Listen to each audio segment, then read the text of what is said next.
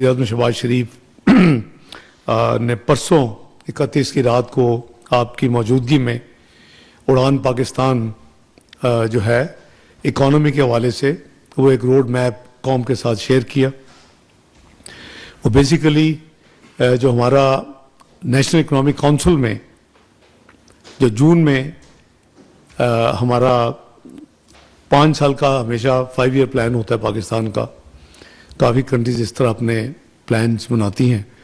मईशत की साइड पे काफ़ी चीज़ें इम्प्रूव हो चुकी हैं। पॉलिसी रेट 22 से 13% पे आ चुका है। इन्फ्लेशन जो है वो 5% के इर्द गिर्द आ चुकी है। अभी तो इस महीने 5% से भी कम नंबर्स, रिसेंट नंबर्स आए हैं। बिजली में भी जैसे मैंने अर्ज़ किया कि वज़ीर-ए-आज़म शहबाज शरीफ ने पूरी हिम्मत और कोशिश के साथ जो स्पेस निकल सकती थी लोगों के लिए निकाली और आवाम को उसकी रिलीफ दी। और अभी भी वो इस काम में लगे हुए हैं क्योंकि फिर गर्मियाँ आ रही। तो दैट डजंट मीन के there is any dull moment for the government. जो मियाँ नवाज शरीफ साहब के ज़माने में K2 K3 दोनों कराची में जो हमने न्यूक्लियर शुरू किए थे करीबन 2500 मेगावाट के दोनों मिला के, तो वो भी पाया तकमील तक पहुंच चुके हैं। तो ये हमारी पहली एक्टिविटी थी, यानी मल्टीलैटरल एक्टिविटी।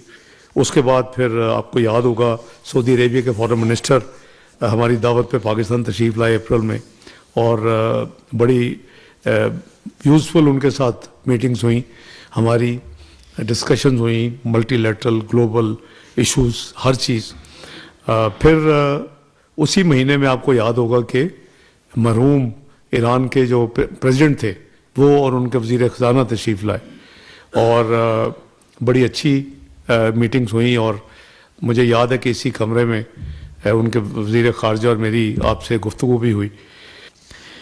अभी रिसेंटली आपने देखा कि कायरो में जो समिट हुआ है वो बेसिकली D8 की मीटिंग थी, और वो भी ब्रेनस्टॉर्मिंग थी लीडरशिप में। जो D8 डेवलपिंग 8 फोरम जो है वो कंट्री के हेड्स के करीबन सारे सदूर आए हुए थे या प्राइम मिनिस्टर बारिंग 1-2। तो उसमें जो इस वक्त दुनिया को जो चैलेंजेस दरकार है उसके ऊपर सारी बातचीत थी। और मैंने वो इट वाज ए कोइंसिडेंस के जो डेट थी वो बाकू में सीका की मीटिंग भी थी। तो वो उन्होंने मेहरबानी करके वर्चुअल की इजाज़त दे दी। तो मैंने कायरो पहुंच के पहले तो वो 4 घंटे वो मीटिंग अटेंड की, और फिर मैं अपने D8 के प्रिपरेटरी मीटिंग में तैयारी शुरू हो गई।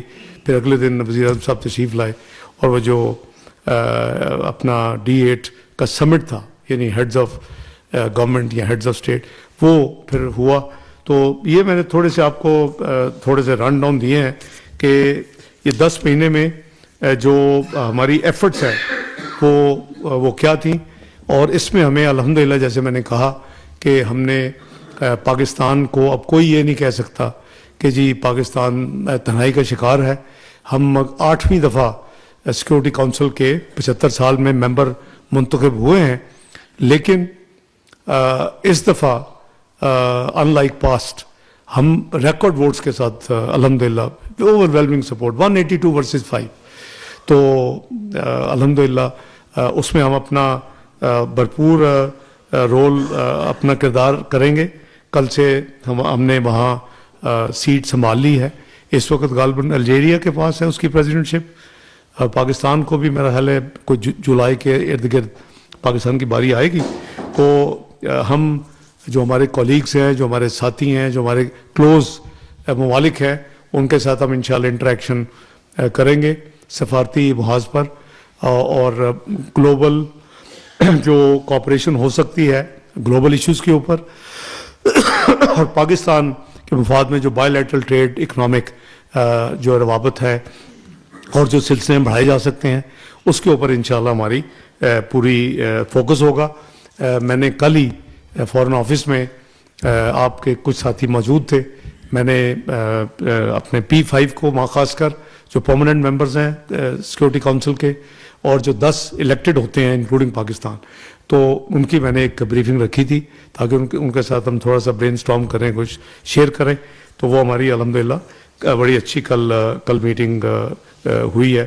تو یہ ایک تھوڑا سا جو رن ڈاؤن ہے میں نے آپ کو دیا کہ پرائم منسٹر ایک طرف تو وہ اپنی پوری ایفرٹس اکانومی ٹریڈ اس کے لیے لگا رہے ہیں, کیونکہ الحمدللہ پاکستان ایک نیوکلیئر ایک میزائل پاور ہے, دنیا میں ریکگنائزڈ ہے. اور اس کے ساتھ اگر جس دن آپ انشاءاللہ اکنامک پاور بن جائیں گے تو انشاءاللہ اس دن ہمیں صحیح اپنا مقام 57 اسلامی ممالک میں ملے گا, یہ میرا ایمان ہے. آج یہ اپنا سال ظفر سے ہاتھ کھڑا کرے, سوال میرا نہیں ہے, میں یہ ویسے ایکسٹرا کے طور پہ آیا ہوں کیونکہ میری 12 بجے میٹنگ PM آفس میں شروع ہو چکی ہے.